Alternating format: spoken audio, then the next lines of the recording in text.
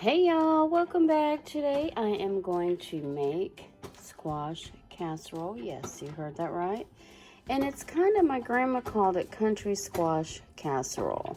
Now, it's called different names, but mostly squash casserole. And we're using the yellow crookneck squash, and I'm making half the recipe today. So I've only got a pound of squash cut up in here with 2 tablespoons of butter. We're going to go ahead and heat that up. And also in the meantime, we are going to cut half an onion. The regular recipe would call for 2 pounds of squash and a whole onion, but we are going to just chop half of this yellow onion and put that in there, and we're going to go ahead and cook that down. And that's our first step. You're going to need sour cream for this recipe, cheddar cheese, butter, and seasoning. And so the first step is, I made it short. I'm trying to make shorter videos for y'all, and so we just went ahead and chopped up the squash. Just slice it fairly, I wouldn't say thin, I wouldn't say thick either, so somewhere in between. Go ahead and, rinse your squash off, get it ready in the pan with 2 tablespoons of butter. We're going to go ahead and saute this on a medium-high heat with the onion. Hey guys, I've got a half of a yellow onion, as you seen earlier, and then I cut up about 1/4 of a large red pepper. I like the red pepper in mine. It just adds some really good flavor. You will not see this in any of the other recipes. People just do their own thing sometimes. This is actually going to be my recipe of a squash casserole. I've got several things that are different. I don't add eggs. I add sour cream cheese, and I do add the Ritz crackers on top, but I do like the red pepper. It really adds some really unique and delicious flavor to this dish. We're going to saute this on a medium heat. You just want to get it tender. You don't want this to get too hot. I've got it on my large burner, so there we go. So I'm going to put it at a pretty low medium heat. I don't want these to burn or get too cooked.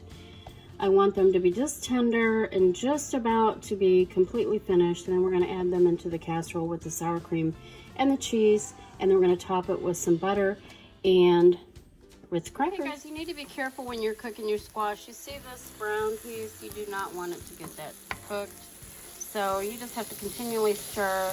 And it's getting there. So we are going to just keep stirring it. And I put a lid on it to help it cook a little bit. So it's probably only going to take a few more minutes for this to get nice and cooked where you want it. You don't want it too cooked. That makes no sense. But anyway, you don't want it too cooked. And you want like these pieces here to be cooked a little bit. So we're just going to continually stir so that all the pieces get cooked up. And then we will start our casserole. As soon as this gets to where all the squash is pretty soft. That's where you want it. That's a better way. All right. This is how you want your squash to look. So now what we're going to do is we're going to go ahead and turn the heat off. Let it just sit a minute. You don't want it overcooked. There we go. We're going to turn that off.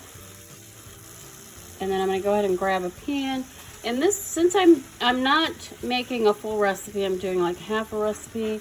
Like I said, this is 1 pound of squash, 3 squash, so you can see that it cooks down quite a bit. So there's only going to be 2 of us eating this, so I'm going to go ahead and get a smaller pan to put it in. Now what I've done is I've got a little over 1/2 cup of sour cream and about maybe a little over 1/2 cup of cheddar cheese, shredded cheddar cheese, sharp cheddar.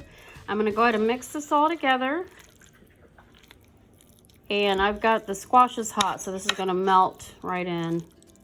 But you want to thoroughly mix it up. A little bit more cheese. I mixed that all together, and now I am crushing a small pack of Ritz crackers. We're going to see if the small pack's going to work on this small casserole. I believe this is like a 4x8 or 4x6 pan. No, it's like a 4x8. It's not the regular 9x9 or 9x13 pan because we're making a smaller batch.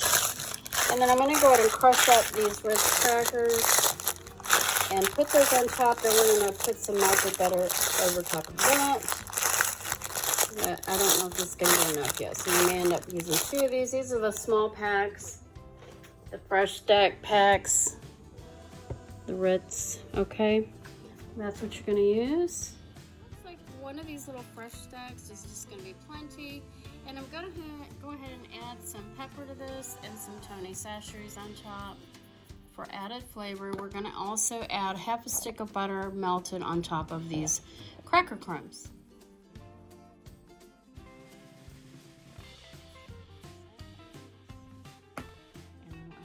Okay guys, now we're just gonna add this half a stick of melted butter on top. Just like that. You wanna go slow so it doesn't dump all in one place.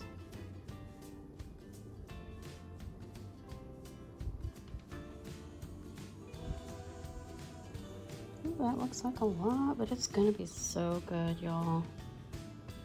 There we go. And now I'm going to put foil on this and let it sit until I bake it. You're gonna bake it at 350 for about 30 minutes until it's nice and bubbly. And I'm gonna cook this with the rest of my dinner later. Here's what it's gonna look like when it's finished. And I only had mine in for about 30 minutes. It is going to be delicious. This is what it's gonna look like. Yum! Y'all enjoy now. Thanks so much for watching. Give us a thumbs up if you liked the video. Bye for now.